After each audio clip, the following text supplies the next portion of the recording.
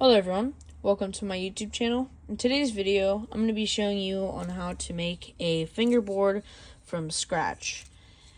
And if you follow my steps, you should end up something close to what I have. So, what you're going to need are pieces of really thin wood. The wood should be like that thin. And then the next thing that you're going to need is a press. So there's different sizes. I cannot remember what sizes it is, but there are the measurements for the type of board I'm going to be making today. Okay, so now what you're going to do is you're going to need to measure the size of this press with a piece of tape or a tape measurer. I'm going to be using a piece of tape, and I'll be showing you on how to measure this with a piece of tape. You are going to take your piece of tape and you're going to line it up from the top end of this when it hits the rod, and then make sure it hits the bottom, and then all the way to the other side. And that access piece, what you're going to do with this piece is that you are going to be cutting that off. Okay, now that you have that piece of tape in there, what you're going to do is you're going to take that piece of tape out. This is going to be your measuring tool. First thing, when you're building a fingerboard like this one, you can tell that this top layer and this bottom layer, the grain is going both ways. There's 3 pieces of wood in between the top and the bottom, so that would equal 5 sheets of wood. And what's very important about the middle of the board is that the grain is not facing the same way like this. So this piece would be going straight up, and then this would be going sideways like this. So you're going to kind of mismatch the grain with 5 different layers, and I'll show you while we are building that. Okay, so now that you have this piece of tape, you are going to put it on the piece of wood. And then you're going to take a pencil and you're going to mark a line where you are going to be cutting this piece. Okay? So you're going to want to make the inside of this around like 1.5 inches, maybe 2 inches. And then you are going to take a pencil and you are going to mark where to cut. And you can use a pair of scissors.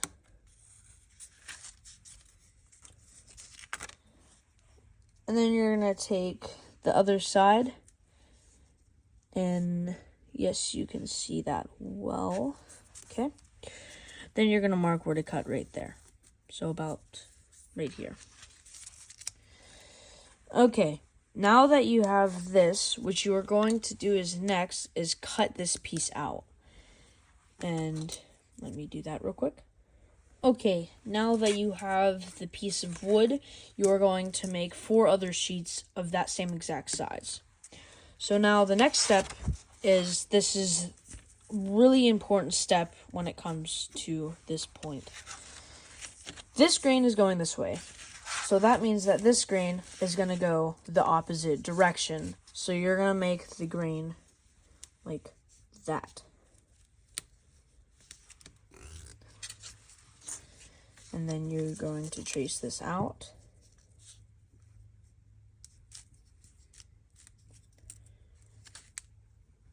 Okay, perfect. Then you're going to trace that out.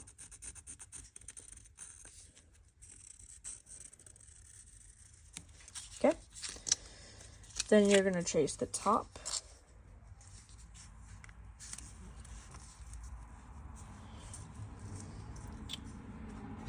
Okay.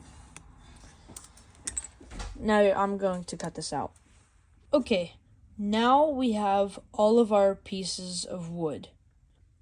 This is the important part. This grain is going this way, this grain is going this way, This grain is going that way, this grain is going this way, and this grain is going this way. There should be a pattern from up, right, up, right, up. Now when you're assembling that, this bottom piece, which is going straight up, and the side piece, you're going to sandwich that, sandwich this, and sandwich this. And now the bottom, the grain should be going that way, and the top, the grain should be going that way. And then now we are going to glue these pieces exactly in that order as I have just shown you. So let me glue that really quick.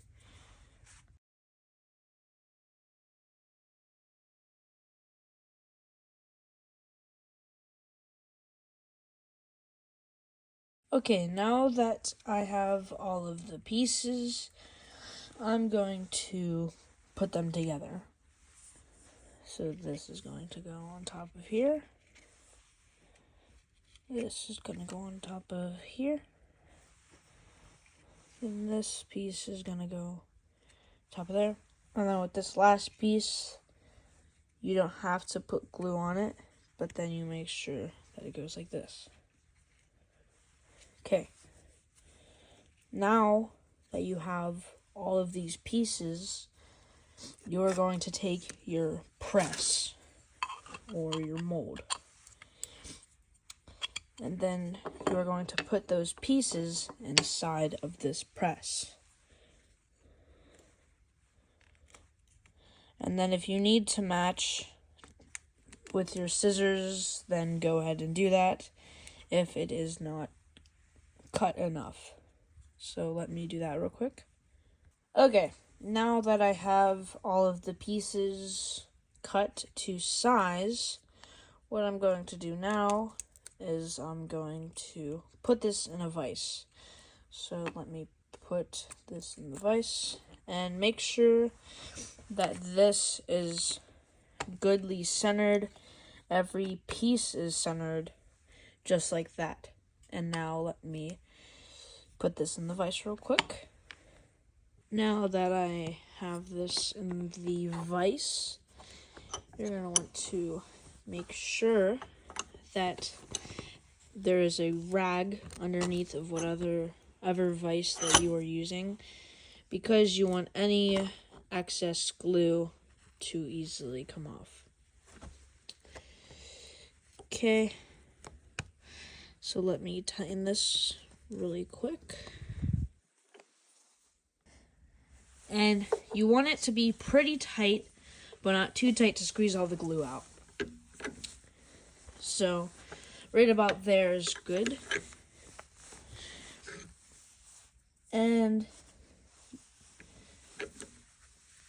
now we're going to let this sit for around 5 hours. I'm going to be letting it sit for maybe a little bit longer than that time period. But once I come back, I can show you the rest on what to do. So let's wait till then. Okay, everyone. This has been drying for a little while now. So now I'm going to sand it down and cut it. What you're going to need now is molds for cutting, so then you can trace the shape that you want into it. So let me trace that in. Okay, now that you have the shape, now let's cut this out. In order to cut this out, you are going to need a mask, like a dust mask. Okay, so let me put this on. Okay, so now you're going to need a saw, and I'm wearing the mask right now. So in this part, you need to be really careful in this part. So what you're going to do is you're going to turn this on. Let me plug this in. Okay. Now you turn it on. Okay. And then you just go really slow.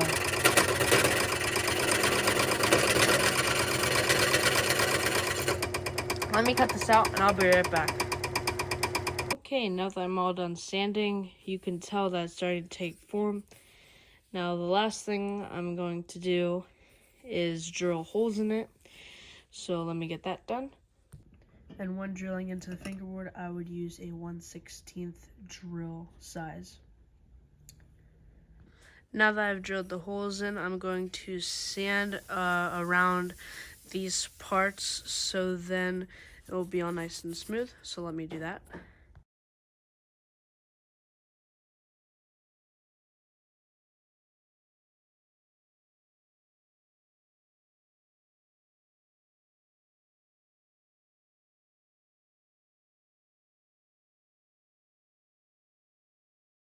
If you've made it to this point of the video, thank you so much. And if you follow the instructions, then you should have gotten this nice smooth board. And I would look at some of my other videos because there are some fun videos on my channel. And in that case, thank you for watching and goodbye.